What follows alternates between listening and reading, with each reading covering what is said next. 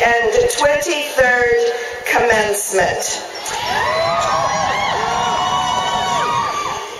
Today is a day to celebrate all of your accomplishments and to celebrate the support and the pride and the investment that your friends and family and faculty members and everyone associated with this community has made a part of this day. So classes of 2011, graduates and undergraduates, please stand for a moment. Let us give you a big round of applause.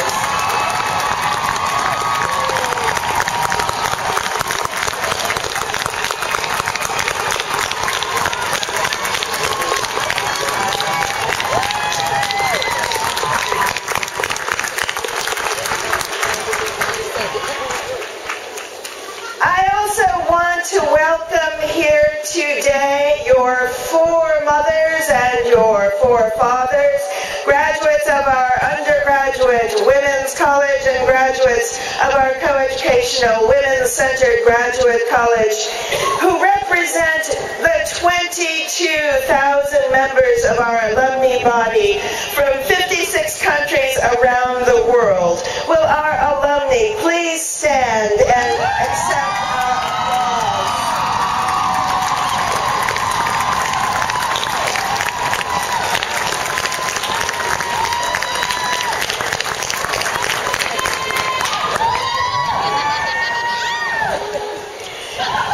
And I want to welcome today especially some of our very special family members who are here to honor both May Watanabe and Beata Sirota Gordon. Will you join me in a round of applause for those family members as well?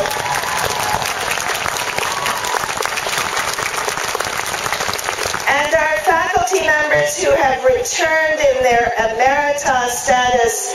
I see our faculty member Edna Mitchell, and I also see, do we have other emeriti faculty members? Edna, please allow us to give you a round of applause.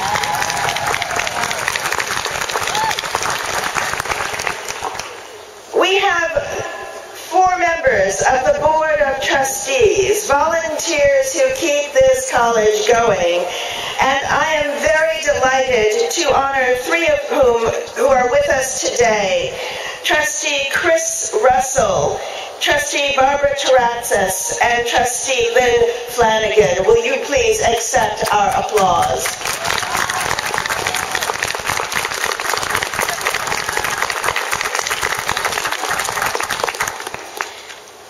As some of you know, this commencement is my 20th as president of Mills College.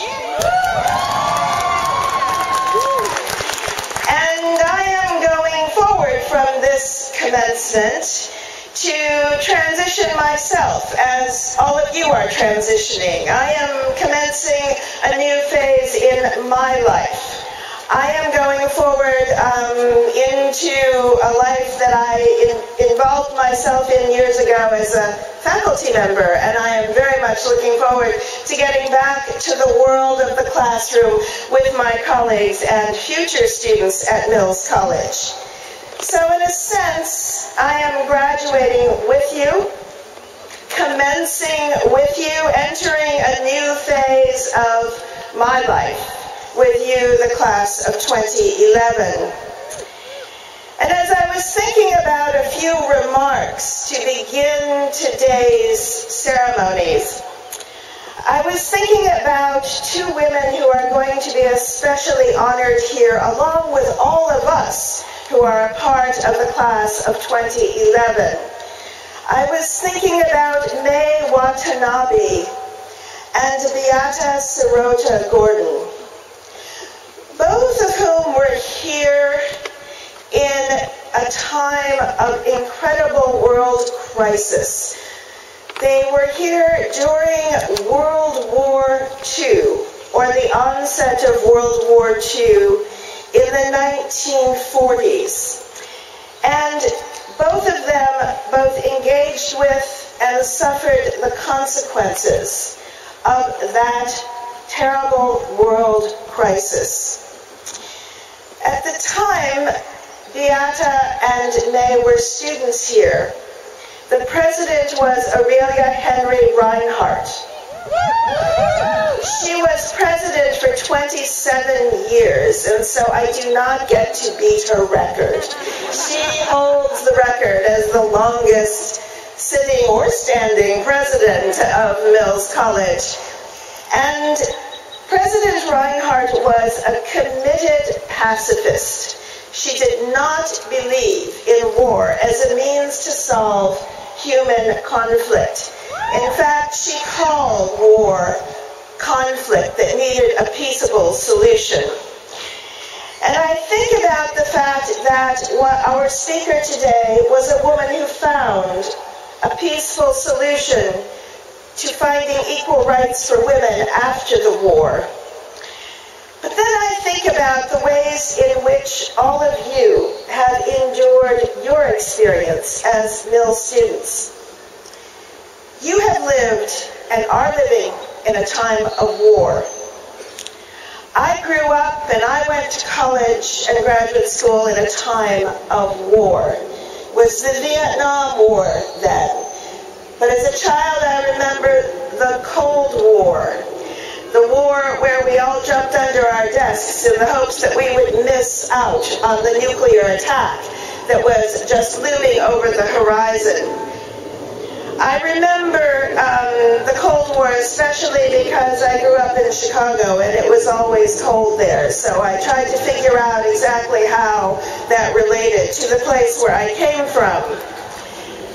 And when I came to interview for my position at Mills College as president, to become president of Mills College, I was introduced to San Francisco with the protests against the Gulf War, which went on in the early 1990s.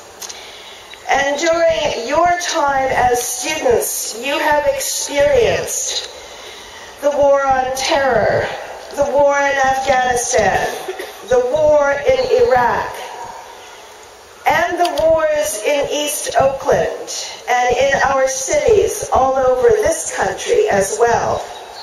You have learned as students that an education has to be a means to empower each and every one of you to make peace, to find the avenues for health and well-being and opportunities for happiness that will allow you to use your educations for peaceful and better worlds ahead of us.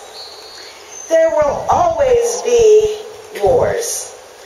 But I can honestly say that in the 20 years that I have been president of Mills College, I have had the great, great privilege to be a part of a community that looks for connection, peaceful, communal connection to build a better, stronger world.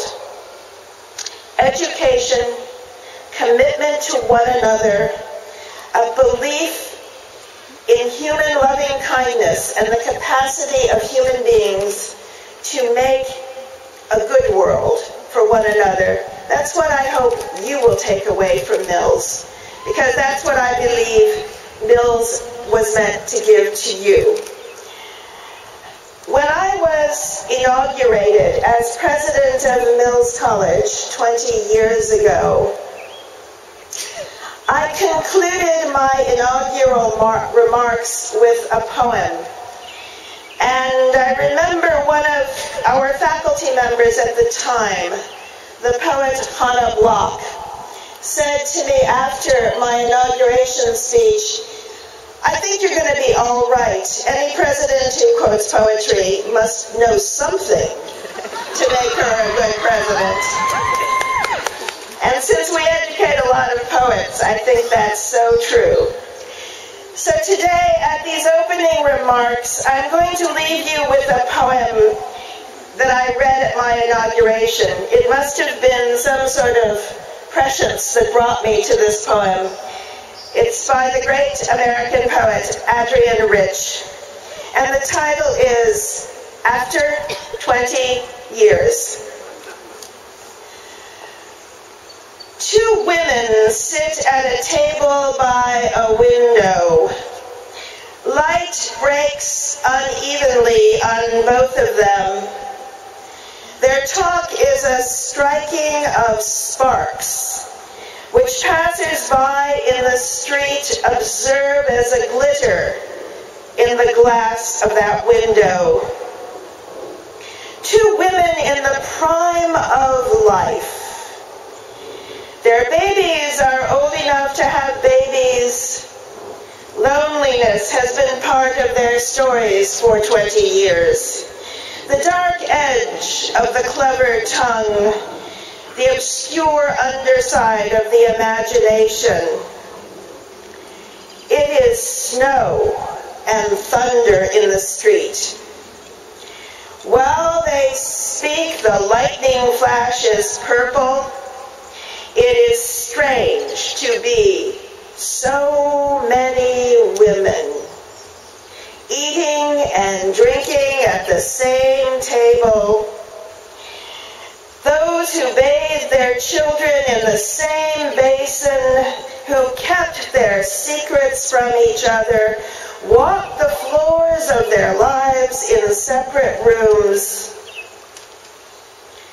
and flow into history as the woman of their time, living in the prime of life, as in a city where nothing is forbidden